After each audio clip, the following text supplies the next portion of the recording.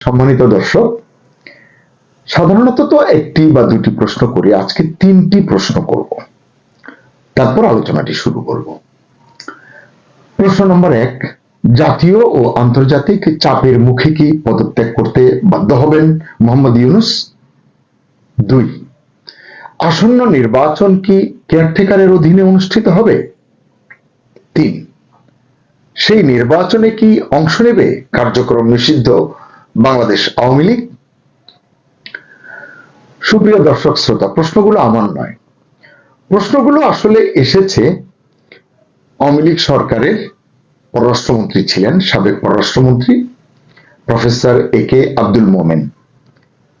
তিনি the daily Republic একটি সাক্ষাৎকার দিয়েছেন এবং তাদের কাগজে তার একটি নিবন্ধ ছাপা হয়েছে। এই দুটো পড়ে আমার এই প্রশ্নগুলো আমি খুঁজে পেয়েছি, এগুলো আপনাদের সঙ্গে শেয়ার করব এবং সাক্ষাৎকারে তিনি কি কি বলেছেন তার মূল বিষয়গুলো আলোচনা করব।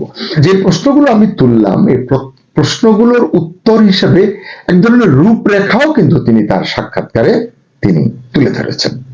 বিভিন্ন প্রশ্ন তাকে করা হয়েছে, তার জবাবে তিনি এগুলো দিয়েছেন। তিনি বলেছেন, অভ্যন্তরীণ বিশৃঙ্খলা এবং আন্তর্জাতিক চাপের মধ্যে অন্তর্বর্তীকালীন সরকারের প্রধান মোহাম্মদ ইউনূসকে পদত্যাগে বাধ্য করা হবে। ওই যে বললাম যে পদত্যাগ করবেন কিনা এর রূপরেখাটি তিনি দিচ্ছেন, এবং এই যে পদত্যাগে বাধ্য করা হবে, এতে কি হবে, যা নিষিদ্ধ আওয়ামী লীগের পূর্ণ অংশগ্রহণে অবাধ ও সুষ্ঠু নির্বাচন তত্ত্বাবধানের জন্য একটি নিরপেক্ষ তত্ত্বাবধায়ক সরকারের পথ প্রশস্ত করবে। অর্থাৎ তিনি চান যে প্রফেসর ইউনূস পদত্যাগ করুন, কেয়ারটেকার সরকার আসুক, সেই সরকারের আমলে অধীনে বাংলাদেশ আওয়ামী লীগ নির্বাচন করবে পরিপূর্ণভাবে।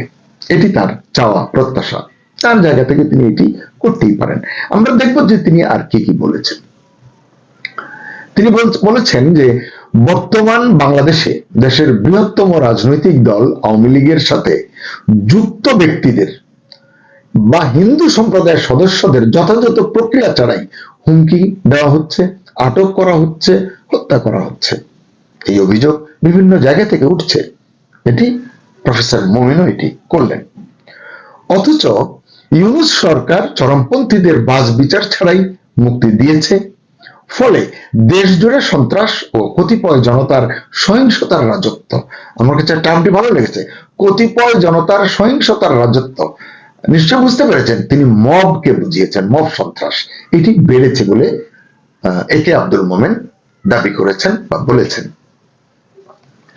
জিহাদি চরমপন্থার উত্থান এবং মানবাধিকারের চরম লঙ্ঘন লালন করার জন্য অন্তর্বর্তী সরকারকে স্পষ্টত অভিযুক্ত করেছেন মোমেন। তিনি বলেন, আওয়ামী লীগ সমর্থকদের নিশ্চিহ্ন করার পথ বেছে নিয়েছে অন্তর্বর্তী সরকার, মানে প্রতিহিংসার রাজনীতি মোহাম্মদ ইউনূস করছেন, এটি তিনি বলেছেন।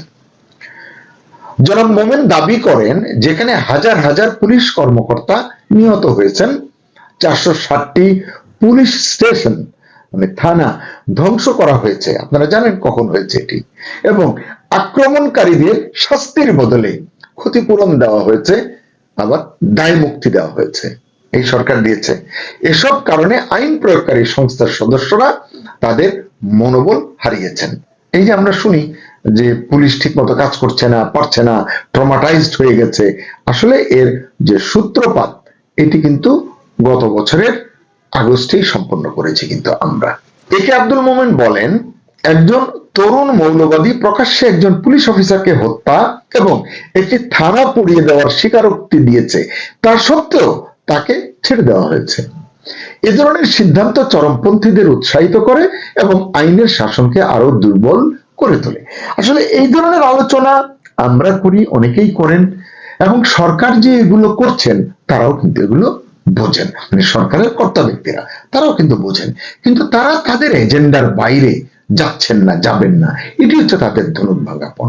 এখন সেটি নিয়ে সাধারণ নাগরিক হিসেবে আমরা কি করতে পারি?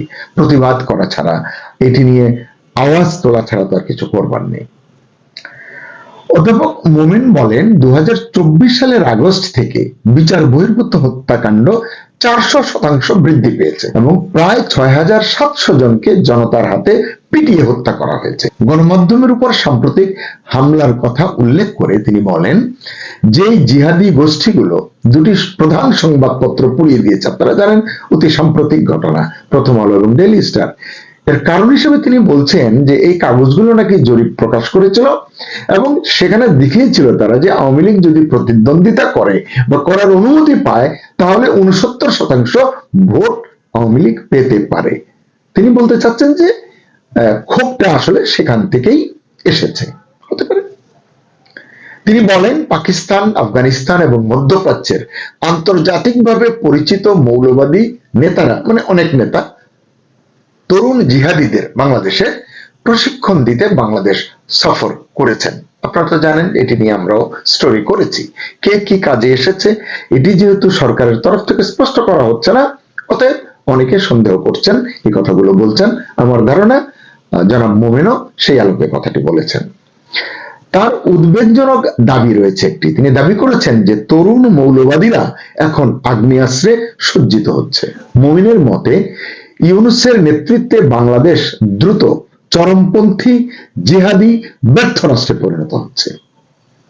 সন্ত্রাসীদের জন্য নিরাপদ আশ্রয়স্থল হয়ে উঠছে বাংলাদেশ। তিনি বলছেন যে এখন দেশের নদী, খাল এবং রাস্তার ধারের জলাশয়ে জাল দিলেই প্রায়শ নাকি মৃতদেহ পাওয়া যায়। সাক্ষাৎকারে তিনি অনেক কথাই বলেছেন, তার ভিতরে বলছেন যে আসন্ন ফেব্রুয়ারির নির্বাচনের সম্ভাবনা সম্পর্কে তিনি যা বলেছেন সেটি হচ্ছে যে আওয়ামী লীগ ছাড়া নির্বাচন আয়োজন হবে একটি প্রতারণাপূর্ণ নির্বাচন। এটি অনেকেই বলছেন, এটি আমরাও বলছি, কারণ এটি বৃহত্তর জনভিত্তি সম্পন্ন দলকে নির্বাচনে না রাখলে যে নির্বাচনটি হবে সেখানে আসলে প্রকৃত চিত্র, জনমতের ফলাফল আমরা কিন্তু পাবো না। এই কথাটি বলা নিশ্চয়ই অন্যায় নয়। তিনি বলেন বর্তমান প্রশাসনের কর্মক্ষমতা সম্পর্কে জনসাধারণের মোহভঙ্গ হয়েছে, এটি 100% ঠিক। মানে 2024 আগস্টে, সেপ্টেম্বরে যারা ভেবেছিল বাংলাদেশকে ডলার, রিয়াল এবং পাউন্ড স্টার্লিং দিয়ে ভাসিয়ে নিয়ে যাবে এই সরকার, তাদের মোহভঙ্গ ঘটেছে। উন্নয়নে মোহভঙ্গ ঘটেছে, বেকারত্বের ক্ষেত্রে মোহভঙ্গ ঘটেছে, অনেক ক্ষেত্রেই আসলে ঘটেছে। যাই হোক, তিনি বলছেন এইসব কারণেই আসলে মানে দলের, মানে আওয়ামী লীগের সমর্থন ভিত্তি 65 থেকে 70% উন্নীত হয়েছে। তিনি সতর্ক করে বলেন ভোটারদের এত বড় অংশকে, মানে আওয়ামী লীগ সমর্থিত ভোটারদের, সমর্থকদের এত বড় অংশকে বাদ দিলে তা নির্বাচনের বৈধতা এবং স্থিতিশীলতাকে ক্ষতিগ্রস্ত করবে।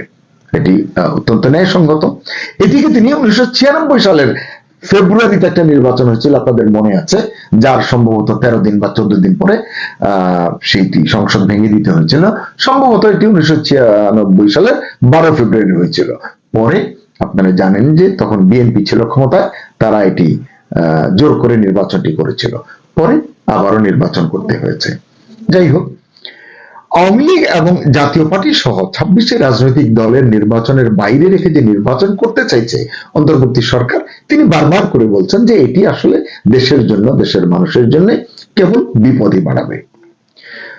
তিনি বলছেন অনেক মানবাধিকার সংস্থা, দেশের বিদেশের, জাতিসংঘ, মার্কিন যুক্তরাষ্ট্র এবং যুক্তরাজ্যের আইন প্রণেতাদের অনেকেই তাদের কাছ থেকে একটি অন্তর্ভুক্তিমূলক নির্বাচনের জন্য আহ্বান জানানো সত্ত্বেও সরকার সেদিকে নজর দিচ্ছে না। ভারত থেকে বলা হচ্ছে, বারবার বলা হয়েছে, সরকার সেদিকে কিন্তু নজর দিচ্ছে না। তারা অলওয়েজ একটি বিকল্প সন্ধানে ব্যস্ত। তিনি বলেন দেশের অর্থনৈতিক পরিণতি ইতিমধ্যেই মারাত্মক আকার ধারণ করেছে। বলছেন 393টি কারখানা বন্ধ হয়ে গেছে, দারিদ্র তীব্রভাবে বৃদ্ধি পেয়েছে। তিনি বলছেন 2023 সালে যে দারিদ্র ছিল 17%, সেটি 2025 সালে 25%-এরও বেশি দেশে নেমেছে, এটি তিনি বলছেন। দুর্নীতি, চাঁদাবাজি এবং বেকারত্ব পূর্ববর্তী সমস্ত রেকর্ড ছাড়িয়ে গেছে বলে মনে করেন মোমেন।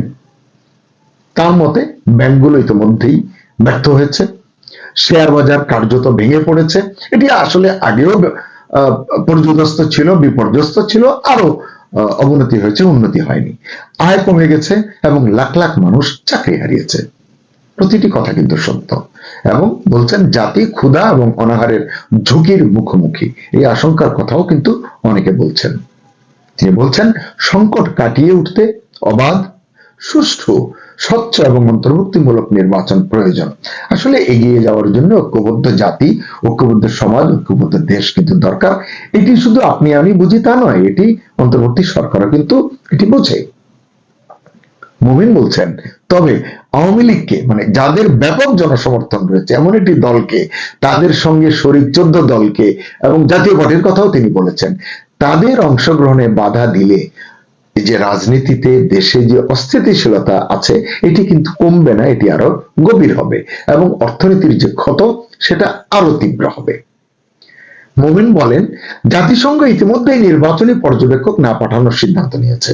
তারা বলেছে এটি তাদের যে চার্টারের মধ্যে পড়ে না, তারা তাদের ব্যাখ্যা দিয়ে বলেছে।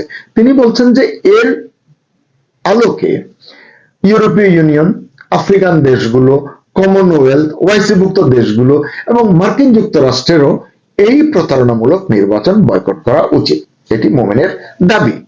কারণ না হলে কি হবে, নয়তো অবাধ, সুষ্ঠু, স্বচ্ছ এবং সর্ব অন্তর্ভুক্তিমূলক নির্বাচন, মানে সকল দলের অংশগ্রহণ একটি নির্বাচন করার জন্য চাপ দেওয়ার আহ্বান জানিয়েছেন তিনি। হয় বয়কট করতে বলেছেন পর্যবেক্ষকদের, নয়তো সকলকে নিয়ে একটি নির্বাচনের জন্য চাপ প্রয়োগের জন্য তিনি আহ্বান জানিয়েছেন। এজন্য রাজনৈতিক দলগুলোর উপর থেকে নিষেধাজ্ঞা তুলে নিতে হবে, এটি সঙ্গত। রাজনৈতিক বন্দী এবং সাংবাদিকদের মুক্তি দেওয়ার কথা তিনি বলেছেন। বিচার বিভাগ ও গণমাধ্যমের স্বাধীনতা নিশ্চিত করার কথাও জনাব মোমেন বলেছেন। এছাড়া সবচেয়ে গুরুত্বপূর্ণ যে কথাটি তিনি বলেছেন, এত সবকিছু করতে হলে যে কাজটি করতে হবে, সর্বাগ্রে মোহাম্মদ ইউনূসকে পদত্যাগ করতে হবে। এটি আসলে তিনি বলেছেন, কিন্তু এটি হবার নয় বলেই অনেকে মনে করেন। এবং আর কি লাগবে, এবং তত্ত্বাবধায়ক সরকারের অধীনে অন্তর্ভুক্তিমূলক নির্বাচন আয়োজন করতে হবে। তিনি আরো বলেছেন তত্ত্বাবধায়ক কিভাবে হবে, কতদিনের ভিতরে নির্বাচন হবে, এটি আমি আর ওই আলোচনায় যাচ্ছি না। তিনি বলছেন বিশ্ব নেতাদের উদাসীন থাকা এখন, মানে বর্তমান প্রেক্ষাপটে মোটেই উচিত হচ্ছে না বলে তিনি মন্তব্য করেছেন। তার মতে গুরুতর অন্যায়ের মুখে বিশ্ব বিবেক আর কত নীরব থাকবে, এটি তিনি প্রশ্ন করেছেন। এরকম আরো অনেক বিষয় নিয়ে তিনি কথা বলেছেন। আমি 1-2 বাক্যে যদি শেষ করতে চাই, যে আওয়ামী লীগের সাবেক পররাষ্ট্রমন্ত্রী একে আব্দুল মোমিন, তিনি তার জায়গা থেকে কথাগুলো বলেছেন। দর্শক, আপনাদের কাছ থেকেই জানতে চাই, তিনি যতগুলো কথা বলেছেন তার কয়টি কথা সত্য, কয়টি কথা মিথ্যা? অন্তর্বর্তী সরকার কি কি সত্য এড়িয়ে চলেছে এবং কি কি মিথ্যাকে তারা আসলে জয় করে সত্যের কাছে পৌঁছতে পেরেছে?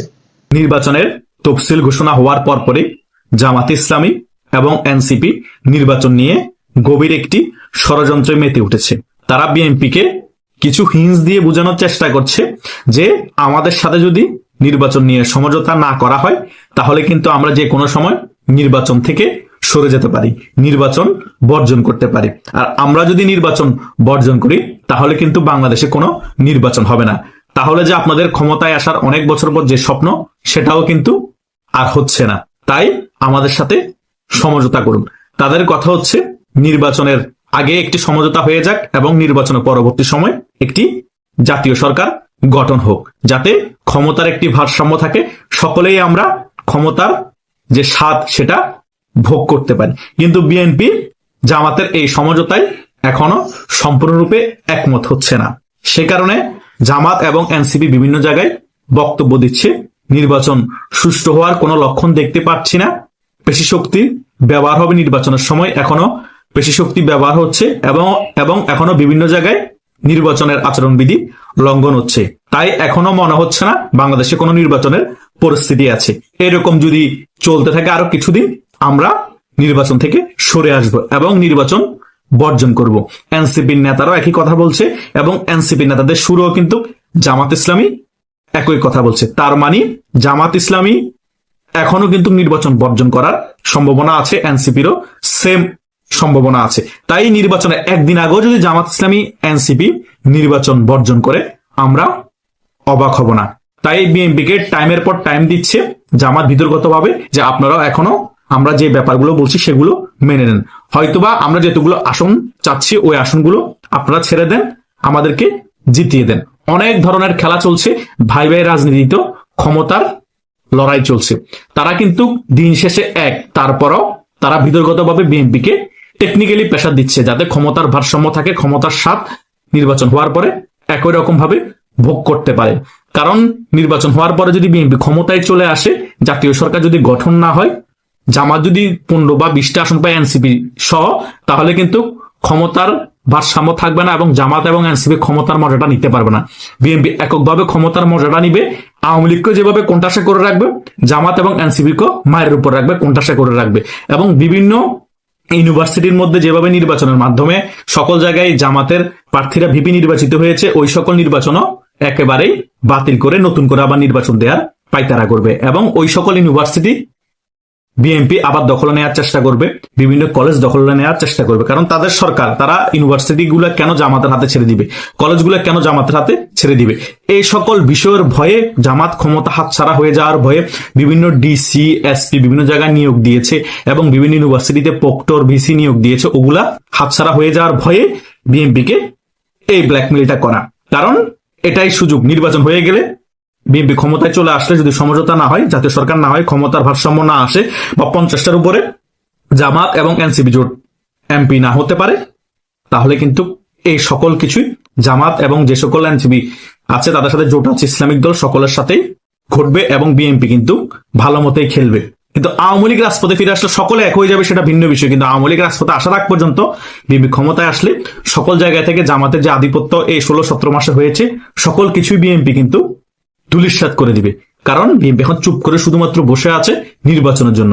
বিএনপির মনে মনে আছে শুধু নির্বাচনটা হয়ে যাক, নির্বাচন হয়ে যাওয়ার পর আমরা ক্ষমতায় আসি, তারপর যা খেলা খেলবো, জামাতের কোথায় তাদের লোক বসে আছে সকলগুলোকে মায়ের চোট ওখান থেকে বাইর করব, আওয়ামী লীগের লোকদেরকে বাইর করবে, শুধু আমাদের লোক বসবে বিভিন্ন স্কুল, কলেজ, ভার্সিটিতে। আমাদের জয় জয়কার হবে চিকিৎসা খাত, স্বাস্থ্য খাত, শিক্ষা খাত, যে খাত বলেন না কেন সকল খাতে আমাদের লোক বসবে এবং বিএনপি পন্থী যারা ব্যবসায়িক আছে তাদের জয় জয়কার হবে সারা বাংলাদেশে। বিএনপি এই মাইন্ডসেট নিয়ে বসে আছে। জামাত কিন্তু এগুলো বুঝতে পারছে। জামাত কিন্তু শেষ দিন পর্যন্ত অপেক্ষা করবে বিএনপি সমঝোতা করে কিনা। বিএনপি যদি সমঝোতা না করে হয়তোবা একটা টাইম দিবে, টাইমের ভিতর যদি সমঝোতা না করে শেষ দিনও হয়তোবা জামাত নির্বাচন বর্জন করতে পারে। পরে বিএনপির স্বপ্ন ঘুরে বালি হয়ে যেতে পারে। আমার থেকে মনে হয় বিএনপি এই সকল বিষয় বুঝতে পেরে শেষ পর্যন্ত হয়তো জামাতের সাথে এনসিপির সাথে একটা সমঝোতায় চলে আসবে। আর সমঝোতায় চলে আসলে এটা বিএনপির জন্যই ক্ষতি হবে, আর না আসলো বিএনপির ক্ষতি করার জন্য জামাত এবং এনসিপি বসে আছে। বিএনপি পড়ে গিয়েছে মাইনকাট চিপায়। কারণ আন্দোলনে যদি আওয়ামী লীগ আবার রাজপথে নামে, তখন এই জামাত, এনসিপি এবং সমমনা যে সকল দল আছে বিএনপির আশেপাশে, ওগুলোকে ছাড়া আওয়ামী লীগকে ঠেকাতে পারবে না। আর আওয়ামী লীগকে ঠেকানোর জন্য যদি আগে থেকে এদের সাথে আবার সমঝোতা করে ফেলে, তাহলে বিএনপির যে একক ক্ষমতা থাকার কথা সেটাও থাকবে না। এটাই হচ্ছে বিএনপির মাইনকাট চিপায় পড়া। তাই বিএনপি এই মাইনকাট চিপা থেকে কিভাবে উত্তরণ হয়, কোন প্রসেসিং এ রাজনীতি করে তারেক জিয়া দেখার বিষয় আছে। কারণ তারেক জিয়া প্রায় 16-17 বছর বাংলাদেশের বাইরে ছিল। তিনি ব্রিটিশ রাজনীতি দেখে অভ্যস্ত হয়ে গিয়েছিলেন। বাংলাদেশে যে নোংরা রাজনীতির খেলা আছে, যতই বলেন উনি অনেক ট্যালেন্ট, অনেক মাস্টারম্যান, রাজনীতি অনেক ভালো বুঝে, তারপরে কিন্তু খজবরল অবস্থা হয়ে যেতে পারে। আবার নতুন করে মাইন্ডসেট করতে হবে, আবার নতুন করে বাংলাদেশের নোংরা রাজনীতি বুঝতে হবে, আবার নতুন করে নিজেকে তৈরি করতে হবে। অনেক কিছু ধাক্কা খেয়ে আবার তিনি হয়তো পাকাপোক্ত হতে পারেন। একটা ভুল চাল দিলে আমও যাবে, ছালাও যাবে। 19 বছর পরে যে ক্ষমতায় আসার যে আকাঙ্ক্ষা আছে বা সবাই এখন ধরেই নিয়েছে তিনি প্রধানমন্ত্রী হবে, মোটামুটি 5 বছর দেশ পরিচালনা করবে, এরপর আবারও তিনি ক্ষমতায় আসবে, মোটামুটি 10 বছর দেশ পরিচালনা করবে, সকল কিছু তছনছ হয়ে যেতে পারে একটা ভুল স্টেপে। তাই ওনার সিদ্ধান্তের উপর অনেক কিছু নির্ভর করে বিএনপির ভবিষ্যৎ। এখন বিএনপির ভবিষ্যৎ উজ্জ্বল নাকি একেবারে তলানিতে চলে যাবে, সেটা কিন্তু তারেক জিয়ার উপর ডিপেন্ড করে। তারেক জিয়া যদি আওয়ামী লীগকে ঠেকানোর জন্য আবার এদের সাথে সমঝোতা করে, তাহলে কিন্তু এক বিষয়। আবার যদি নিজেদের ক্ষমতা ধরে রাখার জন্য ওদের সাথে সমঝোতা না করে, নিজেরাই ক্ষমতায় বসে এককভাবে আধিপত্য বিস্তার করার চেষ্টা করে, সেটা ভিন্ন বিষয়। আবার যদি আওয়ামী লীগের সাথে আলাপ আলোচনা করে, আওয়ামী লীগের রাজনীতিতে ফিরিয়ে আনে এবং আওয়ামী লীগের রাজনীতি করার সুযোগ করে দেয়, তাহলে কিন্তু আরেকটা বিষয়। কিন্তু শেষের বিষয় যেটা, আওয়ামী লীগের সাথে আলোচনা করে আওয়ামী লীগের উপর যে নিষেধাজ্ঞা আছে ওটা তুলে রাজনীতি করার সুযোগ করে দেয়, তাহলে কিন্তু মনে করবো সে দূরদর্শী একজন নেতা এবং বিএনপির জন্য ভালো চিন্তা করছে এবং বিএনপির উজ্জ্বল ভবিষ্যৎ সেটা চিন্তা করছে। সেটা যদি করে তাহলে বিএনপি আওয়ামী লীগের যে খারাপ পরিস্থিতি হয়েছে ওই পরিস্থিতি হবে না। অন্তত আওয়ামী লীগ তখন মাথায় নিবে যে আমরা তো রাজনীতি করার সুযোগ পেয়েছি, নির্বাচনের ফলে যদি আওয়ামী লীগ কখনো ক্ষমতায় আসে বা 5 বছর 3 বছর পরেও বিএনপির উপর এরকম স্ট্যান্ডগুলা চালাবে না, বিএনপিকে স্পেস দিবে রাজনীতি করার জন্য। যা খেলা খেলবে জামাতের সাথে এবং এনসিপি এবং জামাতের সিন্ডিকেটের যে সকল দল আছে ওদের সাথে, তখন বিএনপি সেফ জোনে থাকবে। বিএনপি আবার ক্ষমতায় আসার জন্য চেষ্টা করতে পারবে, আবার ক্ষমতায় আসতে পারবে আওয়ামী লীগের আবার পতন হলে। তাই এই তিনটা জিনিসের মধ্যে তারেক জিয়া যদি শেষের অপশনটা বেছে নেয়, তারেক জিয়া রাজনীতির জন্য বেটার। আমার এই ছোট মস্তিষ্কে, আমার ছোট একটি অ্যানালাইজে যদি এটা মাথায় আসতে পারে, তাহলে তারেক জিয়া আশেপাশে যে সকল উপদেষ্টা আছে তাদের কি এটা মাথায় আসছে না, নাকি তারা ক্ষমতার দম্বে এবং প্রতিহিংসা রাজনীতি অন্ধ হয়ে আছে? যদি সেটা থাকে তাহলে তারা হয়তোবা চুজ করবে জামাতের সাথে সমঝোতা এবং ক্ষমতার ভারসাম্য রক্ষা করে আওয়ামী লীগকে শুধু কোণঠাসা করতেই থাকবে। এই রাজনীতি বেশি দিন টিকবে না যদি তারেক জিয়া সেটা চুজ করে। সেটা হিতে বিপরীত হয়ে যাবে এবং বিএনপির জন্য কালো হয়ে দাঁড়াবে। জামাতের উপর তো স্টিমুলার চলবে, আওয়ামী লীগ কখনো রাজনীতিতে ফিরে আসলে এবং ক্ষমতায় আসলে বিএনপিকে তছনছ করে ফেলবে। তাই ওই ভুল স্টেপ আমার ব্যক্তিগত অভিমত তারেক জিয়া না নেওয়াই ভালো। আওয়ামী লীগের রাজনীতিতে ফিরিয়ে আনার দরকার আছে, শক্ত বিরোধী দলেরও দরকার আছে, এবং বাংলাদেশে গণতান্ত্রিক প্রক্রিয়া ফিরিয়ে আনার জন্য এবং শক্ত গণতান্ত্রিক রাজনৈতিক জন্য আওয়ামী লীগকে রাজনীতিতে ফিরিয়ে আনতে হবে। হ্যাঁ, আওয়ামী লীগ রাজনীতি ফিরে আসলে 1 বছর পর বা 2 বছর পর নির্বাচন হলে জনপ্রিয়তার কারণে আওয়ামী লীগ আবার ক্ষমতায় আসতে পারে। তো কি হয়েছে?